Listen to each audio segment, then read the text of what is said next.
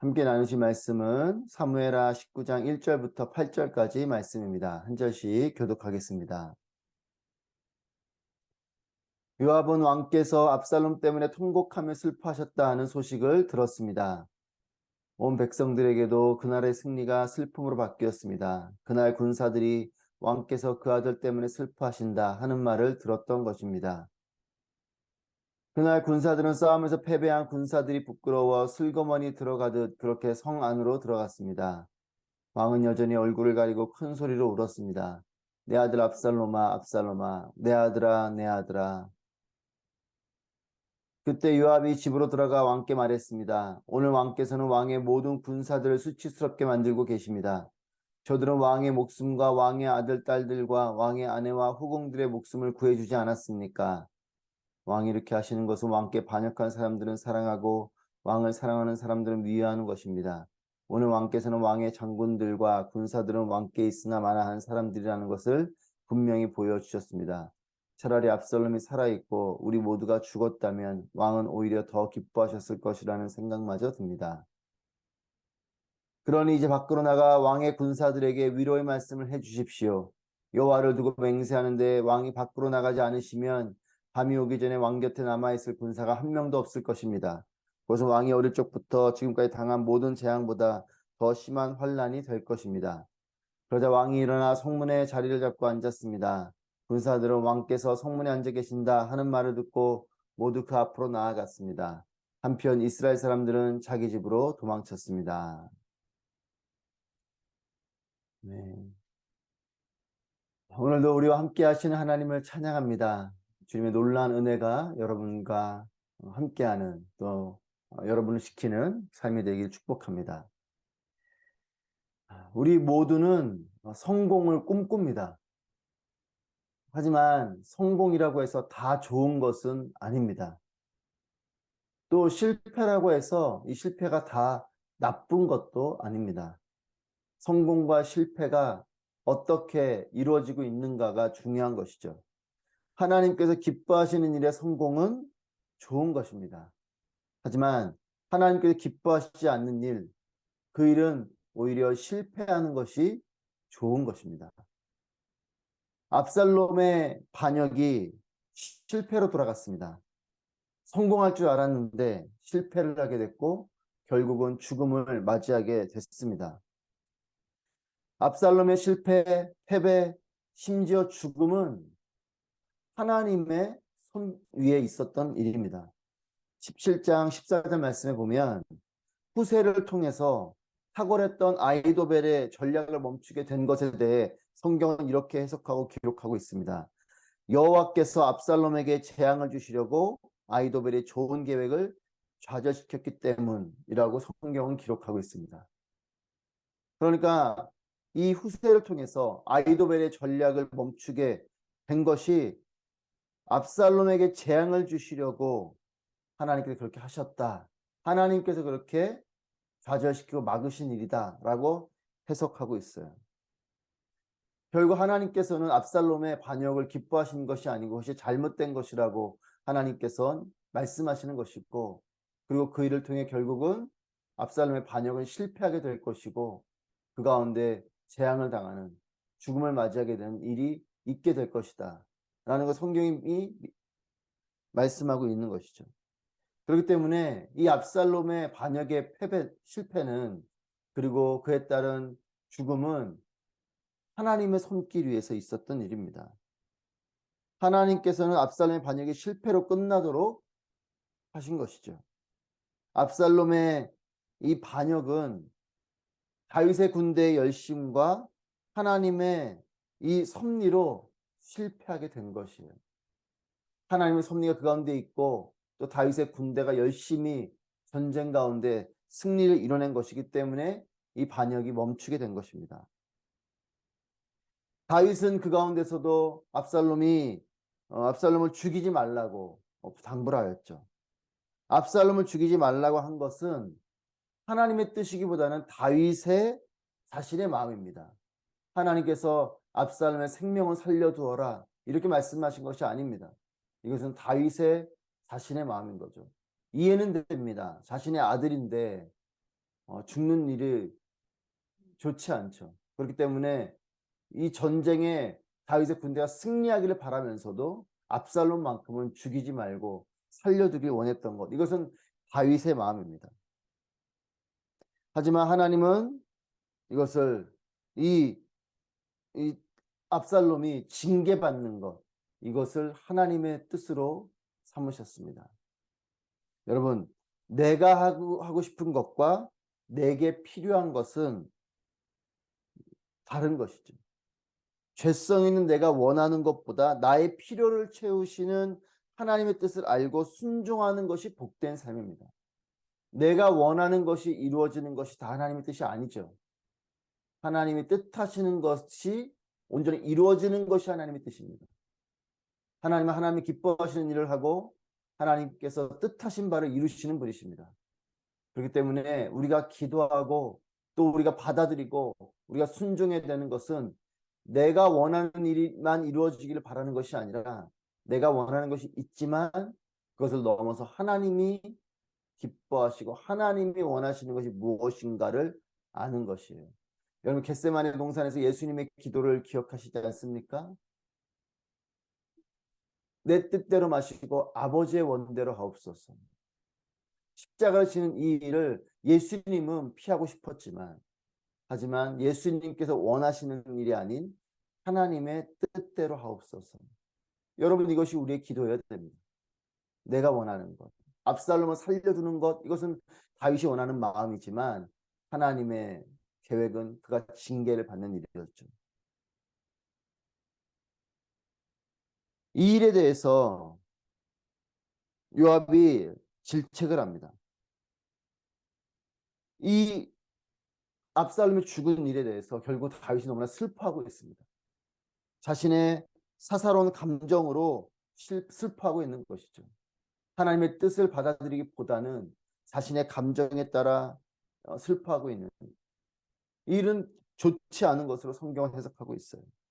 그래서 이 일에 대해서 요압이 질책을 합니다. 이 다윗의 행동은 이스라엘 공동체에게는 승리를 슬픔으로 여기게 하는, 그리고 이 승리한 군대가 패배자들처럼 부끄러워하고 조용히 복귀하게 되는 이런 모습을 갖게 했습니다. 여러분, 개인의 감정은 너무나 소중합니다. 그러나 다윗은 하나님의 기름 부으심과 사람들의 지지로 왕이 된 사람입니다. 그렇기 때문에 자신의 감정과 마음이 있지만 하나님의 사명에 따라 또한 자신을 지지해 준 이 백성들을 다스리는 왕의 이 사명에 따라서 그런 사명자의 마음을 품고 정치를 하고 그 왕의 자리에 있어야 되는 것이죠. 그렇기 때문에 사사로운 감정에만 얽매일 수 없습니다. 자신의 감정이 있지만 그것을 어떻게 표현하고 어떻게 관리하는가가 더 중요한 부분인 거죠. 다윗의 안타까운 실수는 무엇이냐면 하나님의 뜻을 묻지 않고 감정에 따라 압살롬을 살려두려고 하고 그리고 또 결국은 죽음 앞에 슬퍼했다는 것이에요. 이것이 하나님의 뜻인가? 그것이 아니고 자신의 감정과 자신의 마음에 따라서만 나아갔다는 것입니다.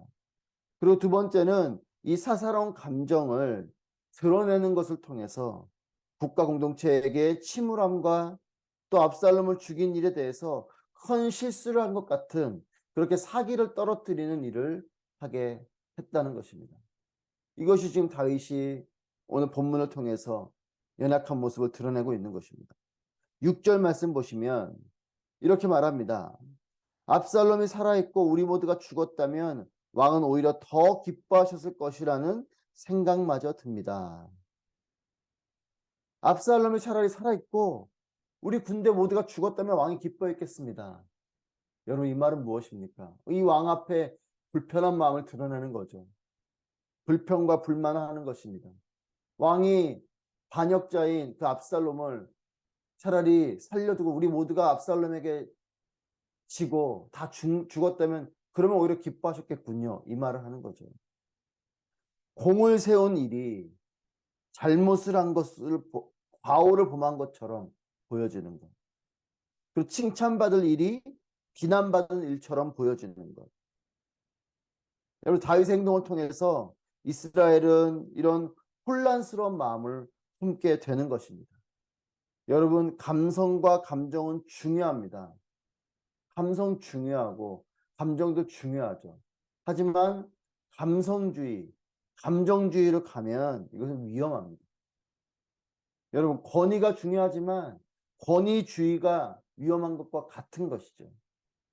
여러분, 감성에 따라, 감정에 따라 흘러가는 것은 그렇게 좋은 일이 아닙니다. 감성과 감정은 중요하지만 이것이 적절하게 표현되어져야 되고 또 적절하게 균형을 이루고 있어야 됩니다. 여러분, 압살롬을 향한 아버지 다윗의 마음은 사랑의 관점에서는 너무나도 이해가 되죠. 자신의 아들이 죽은 일에 대해서 슬퍼할 수밖에 없죠. 하지만 공의의 면에서 보면 이미 하나님의 마음이 돌아선 자이죠. 그리고 이미 이 국가 공동체에 큰 죄를 범한 반역자이지 않습니까? 이런 공의의 면에서는 공동체 위협을 주는 위험한 인물인 것이죠. 그렇다면 이 사랑의 마음과 공의의 마음에서 다윗은 균형감을 가지고 나아가야 됐었던 것입니다. 하지만 다윗은 그저 사랑의 관점에서 감정적으로만 흘러간 것이고 그것을 통해서 결국 이 국가 공동체에게 큰 불편한 마음을 주게 되는 왕으로서는 너무나도 안타까운 모습을 보이고 있는 것이요. 또 하나님께서 기름 부은 왕의 모습 속에서는 하나님께 그 뜻을 묻고 하나님의 뜻에 따라 나아가는 것이 아닌 자신의 사사로운 감정으로만 나아가는 것은 하나님의 편에서 볼 때에도 불편한 모습입니다. 여러분, 나단 선지자의 이 지적 앞에서 앞에 본문에서 보면 금식하며 기도하였던, 하지만 정작 그 아들이 죽었을 때에는 이제 그 금식하던 것을 멈추고 음식을 먹었던 이 다윗의 모습과는 오늘 압살롬이 죽고 슬퍼하는 모습은 너무나 대조적입니다. 자신의 아들의 죽을 병 앞에서 이 다윗은 금식하며 기도하였지만, 하지만 그래서 그 아들이 죽었을 때 사람들은 주변에서 이제 다윗이 더 슬퍼하고 이 금식하던 걸 더 그렇게 음식도 먹지 않고 큰 일이 벌어지겠구나 했지만 오히려 음식을 먹었던 그 사랑의 마음이 있지만 또한 그 자신의 죄에 대한 대가를 치르는 이 일에 대해 그 하나님의 공의 앞에 오히려 의연했던 이런 다윗의 모습과는 오늘 압살롬이 죽은 이 일과는 너무나 대조적인 것이죠. 같은 인물이지만 전혀 다른 행동을 하고 있습니다. 같은 다윗이지만 또 비슷한 일 앞에 다른 모습을 보이죠. 왜 그렇습니까? 마음의 중심이 다르기 때문에 그렇습니다. 기준과 가치관이 달라지면 행동이 달라지는 것입니다. 같은 사람이지만 그 사람이 어떤 마음을 품었는가, 어떠한 것을 가치롭게 여기고 기준을 삼았는가에 따라서 행동이 달라지는 것입니다. 여러분, 사람에 대해서도 그렇지 않습니까? 같은 사람이지만 그 한 사람이 누군가에게는 이렇게 대하고 누군가는 저렇게 대하고. 왜 그렇습니까? 마음이 다른 것이죠. 사람에 대한 마음이 다르기 때문에 다르게 행동하는 것이에요. 마음과 내 중심과 기준과 가치관이 다르면 행동이 달라지는 것입니다. 이 다윗의 마음 가운데 하나님의 공의와 하나님의 뜻과 또 자신의 왕으로서의 그 위치와 이런 중심이 아닌 그저 사사로운 감정으로만 가는 그 모습으로 갈 때는 행동이 달라지는 것입니다. 여러분, 요압이 이 다윗에게 비난과 질책을 한 후에 왕으로서 해야 할 일에 대해서 종용합니다. 공동체를 더 위기로 몰지 말고 군사들에게 위로의 말씀을 하십시오. 이렇게 7절 말씀에서 권면하죠. 그리고 8절에 왕이 일어나 성문에 자리를 잡고 앉았습니다. 다윗이 이제 그 말에 따라서 성문에 가서 앉아 있습니다. 스스로 왕으로서의 어떤 모습을 하는 것이 아니라 이 요압의 푸시 앞에 어쩔 수 없이 이 일을 하듯이 앉아 있는 이 다윗의 모습을 보면서 이 이스라엘 공동체, 이 국가의 모습을 보게 됩니다. 위기가 있는, 또 뭔가 연약해져 있는 이런 왕의 모습을 보게 되는 거죠. 여러분, 사랑과 공의가 균형을 이루어야 되듯이 감성과 이성이 균형을 이루어야 됩니다. 나의 감정이고 감성이 있지만 또한 어떤 이성적인 부분들을 놓치지 말아야 되는 것이죠. 이성을 놓치는 순간 감정주의로 가면서 큰 감정의 이 폭풍 앞에 우울증으로 가게 되기도 하고 또는 어떤 힘겨운 상황 가운데로 몰려가기도 합니다. 여러분, 판단력이 흐려지는 것은 이 균형이 무너질 때 판단력이 흐려지는 것이죠. 이 감정과 이성이 균형을 이룰 때 우리는 올바른 판단을 하게 되는데 이 균형이 무너지면 우리의 판단력이 흐려집니다. 공감력을 잃은 이성주의도 안타깝고 사사로운 감정에 휩쓸려가는 감성주의도 문제죠. 여러분, 너무나 냉철한 이성으로만 대하는 것도 문제죠. 하지만 너무나 감정에만 휩쓸려 가는 것도 문제예요. 이 감성과 이성이 균형을 이뤄야 됩니다. 이성의 영역에서는 이성이 발휘돼야 됩니다. 이성의 영역, 정확하게 판단하고 냉철하게 바라봐야 되는 일을 감성적으로 바라보면 문제입니다. 또 반대로 이 감성의 영역에서는 감성이 발휘되어야 되는데 이 감성의 영역에서는 공감하고 따뜻한 마음을 품지 못하고 냉철한 이성으로 판단력으로 칼같이 대하면 상처가 되죠. 이성의 영역에는 이성으로, 감성의 영역에서는 감성으로 나아가야 됩니다. 여러분, 우리가 이런 이성과 감정이 균형을 이루는 여러분 되시길 축복합니다. 이성의 영역에서는 냉철한 이성으로 대하게 되고 또 감성의 영역에서는 감성으로 대하게 되는 이것이 균형 있는 그런 삶이 되시길 축복합니다. 여러분, 그럴 때 나도 살고 공동체도 살아나게 될 것입니다. 여러분, 모든 것이 제자리에 있을 때에 평안하고 행복한 것처럼 우리의 이 내면도 감성의 영역에는 감성으로 또한 이성의 영역에는 이성으로 온전히 그렇게 대하고 발휘될 때에 진정한 평안이 있고 행복이 있는 것입니다. 여러분, 우리 자신도 우리의 생각과 또 우리의 감성도 늘 자리와 이 길을 잃지 않게 되기를 바랍니다. 감성의 자리는 감성의 길을 잃지 않길 바라고 이성의 자리에서 이성이 잃지 않길 바라고 그로 인해서 내가 자리를 잃지 않고 우리의 공동체가 길을 잃지 않고 방황하지 않는 그런 진정한 하나님의 샬롬이 임하는 우리 자신과 우리 공동체가 되기를 축복합니다. 또 우리 나라 민족이 그렇게 나아가게 되기를 소망합니다. 오늘도 있어야 될 그 자리에 있게 되는 우리의 존재와 우리의 중심이 되길 주님의 이름으로 축복합니다.